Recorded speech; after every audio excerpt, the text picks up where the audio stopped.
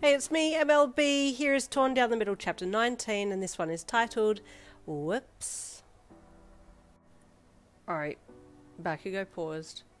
Well, you pressed.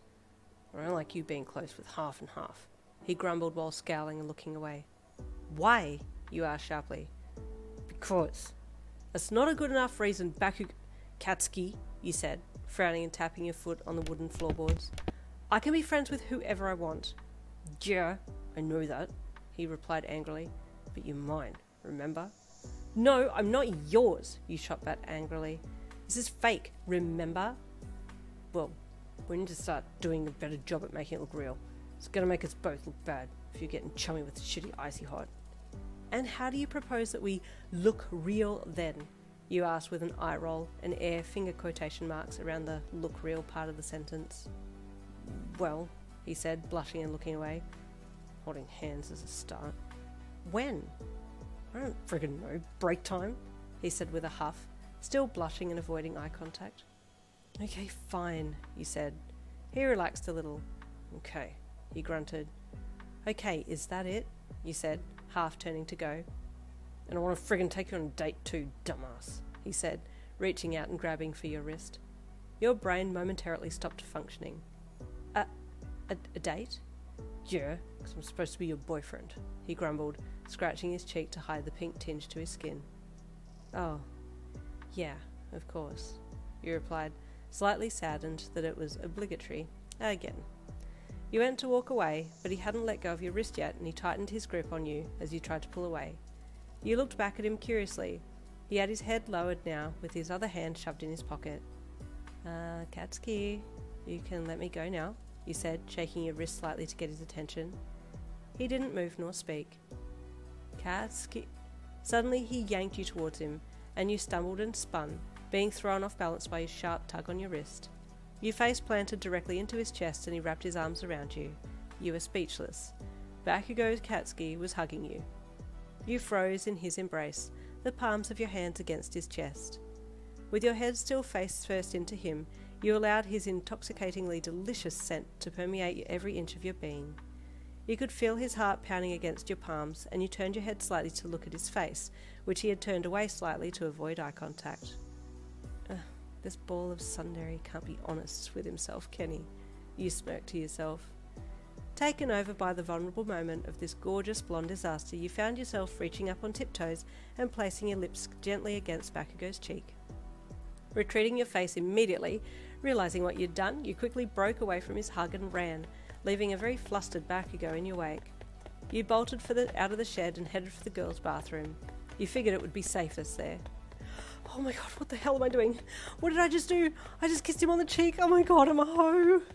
You raced inside and slammed the cubicle door shut. I can't face him again. That was so embarrassing. Time to fake my own death. You hid in the bathroom for the rest of the break and then waited until the noise in the hallway had died down before exiting and going back to the classroom, making your way straight for your seat with your head down, refusing to look at Bakugou, who was still blushing madly. You avoided him for the rest of the day, opting to hide in the girls' bathroom every time you had a break. The soft kiss to the cheek had confused and excited Bakugou. By now he was starting to realise that he had developed feelings for you, but he didn't know how to tell you. Seeing you get close with Todoroki only made him angrier, scared that he would lose to that bastard. He hadn't banked on you returning his feelings, because who could ever love him? Had that kiss been obligatory, or did you like him back? Every time he wanted to talk to you about it, you had avoided him, which pissed him off even more.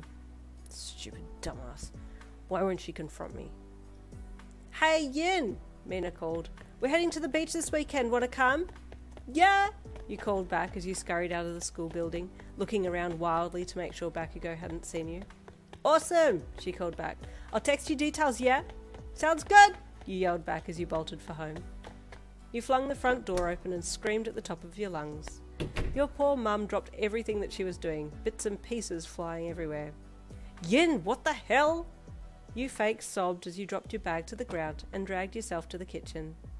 There'd better be a good explanation for your reenactment of the exorcism of Emily Rose, she said with a scowl, picking up the things that she'd dropped.